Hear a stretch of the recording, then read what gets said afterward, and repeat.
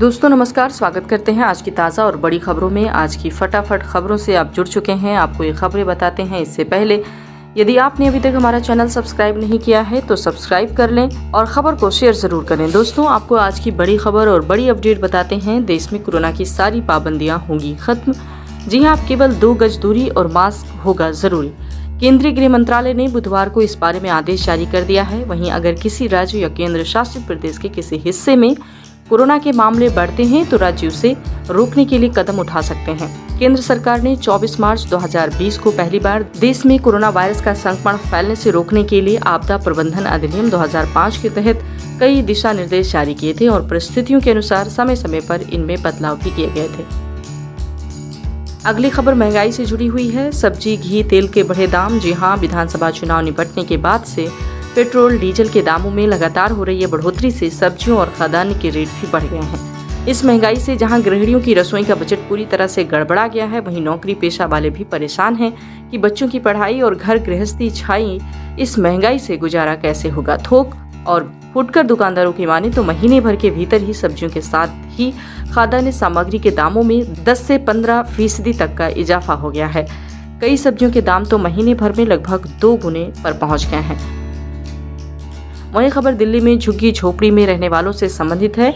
झुग्गी झोपड़ी में रहने वाले 78,000 लोगों के लिए दिल्ली सरकार देगी आवास। इससे इनके चेहरों पर आएगी मुस्कान। लोगों को था बेसब्री से इंतजार। सीएम अरविंद केजरीवाल ने अपने साथियों के साथ एक समीक्षा बैठक की है, जिसमें निर्णय लिया गया है जहां झुग्गी वहां मकान योजना पर काम शुरू होगा। खबर छात्रों के लिए है। अगले सप्ताह खत्म हो जाएगी जेईई मेंस रजिस्ट्रेशन प्रक्रिया, जल्द करें अप्लाई। जी हाँ, जेईई मेंस एग्जाम में शामिल होने वाले उम्मीदवारों के लिए महत्वपूर्ण अपडेट है। Joint entrance examination main 2022 mains exam के लिए फिलहाल रजिस्ट्रेशन प्रक्रिया चल रही है और ये अगले सप्ताह यानी कि 31 मार्च 2022 को बंद हो जाएगी। ऐसे में जिन उम्मीदवारों ने अभी तक एग्जाम के लिए आवेदन नहीं किया है, वे ऑफिशियली वेबसाइट पर जाकर ऑनलाइन आवेदन कर लें। परीक्षा के लिए अब ऑनलाइन आवेदन का दूसरा मौका नहीं दिया जाएगा। अगली खबर वाहन चालकों के लिए है, जहां अब 60 किलोमीटर के भीतर नहीं होगा कोई टोल टैक्स। मुंबई से श्रीनगर की यात्रा 20 घंटे में होगी तय। केंद्रीय सड़क परिवहन और राजमार्ग मंत्री नितिन गडकरी ने कहा है कि राष्ट्रीय राजमार्गों पर 60 किलोमीटर के भीतर कोई टोल प्लाजा नहीं होना चाहिए। वो सुनिश्चित करेंगे कि अगले 3 महीनों में ये मानक पूरी तरह से लागू हो जाए।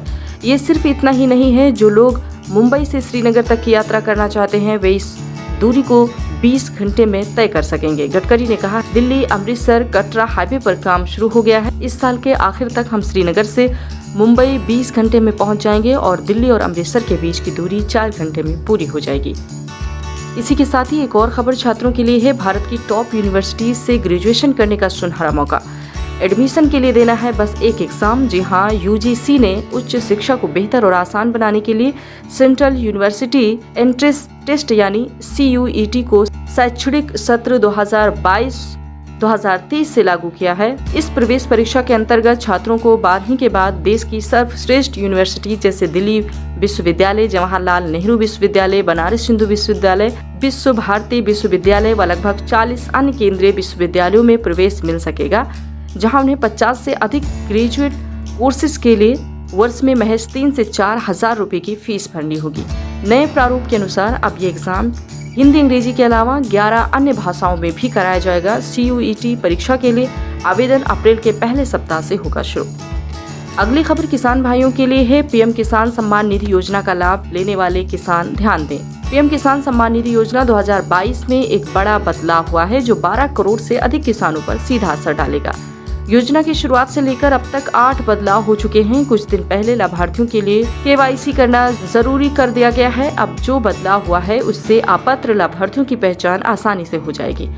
PM किसान की तरह लाखों किसानों ने फर्जी तरीके से 2000 रुपए की कई किस्तें डकार ली।